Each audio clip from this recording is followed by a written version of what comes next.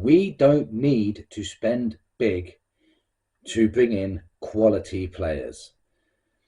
Reports are saying Daniel Levy and Postecoglou are looking at bringing in 3 to 4 solid players and won't be spending 100 million on a superstar. I agree with this fully. Our recruitment has been brilliant in the last, I'd say, 3 to 4 transfer windows now. The likes of Udogie, Maddison, Sarr, Dragushin, Bentancur, Kulusevski, Vicario, brilliant signing. All of them, Van der Ven, and all of them were under 50 mil.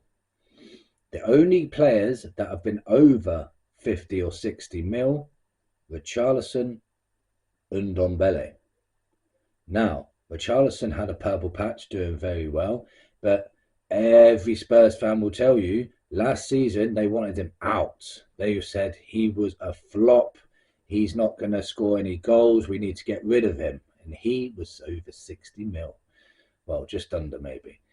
And Ndombele, he is shit. And he was 60 mil as well. Again, that's an example of you don't have to spend big all the time. It doesn't always work.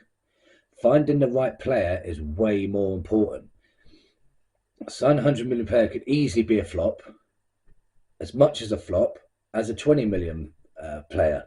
You buy someone for 20 million, they could be a flop. Buy someone for 100 million, they could be a flop. But you could buy someone for 20 million and they could be a superstar. So I'm not saying if you spend big on a player, they won't come good. Like I'd say the whole Gooners, they bought, Declan Rice for 100 mil, which in my opinion was a very, very good signing and a very clever signing as well, because he's put them up levels now. But it's rare though that it works. There's so many examples. Let's give you examples of this. Brighton. How many times now have they brought in a player that nobody's heard of for about 3 million and they turn out to be superstars? Yeah.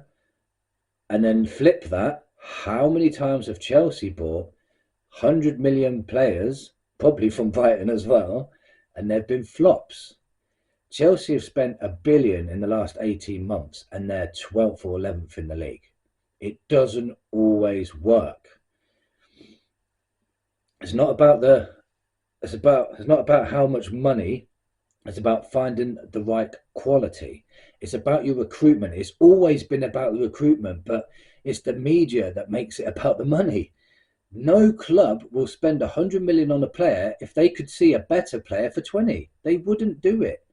Sometimes I think we buy marquee signings to appease the fans, but with this FFP now, this ain't going to happen anymore.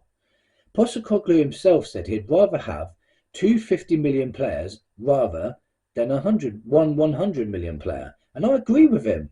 So would I. If I could get 2 quality players for 50 million, why would I buy one and spend more money? We have to remember as well, we've already signed Lucas Bergvall, so he'll be coming in the summer, and every single report worldwide have really bigged him up and said he will be something special. He already looks quality and he's 18 years old. Can you imagine? I spent under 15 million for him, and in 3 seasons time he could be worth 100. It's about the quality of the player.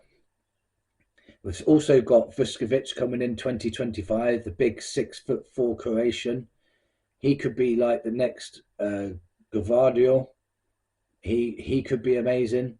You don't know, but the recruitment so far, what we've been doing has been spot on, and I trust in every decision they're making at the moment. There's a clear plan, and I agree with all of it. We will have, if we sign the 3 to 4 players next season, solid players, let's say they were on the level of Sarr, Udogie, Bentancur, Vicario, Van der Ven, Maddison. If we sign 4 more players like that, Bergvall's coming in as well, we will have a very, very strong squad next season. And if we have a lot more luck with injuries as well, we will be challenging. I just can see it. everything's going in the way that I would like it to go. Like, that's my opinion, though. A lot of Spurs fans are saying that we should be signing big players um, to compete with City and Arsenal, and that it doesn't always work like that. So, but let me know what your thoughts are, and come on, you Spurs!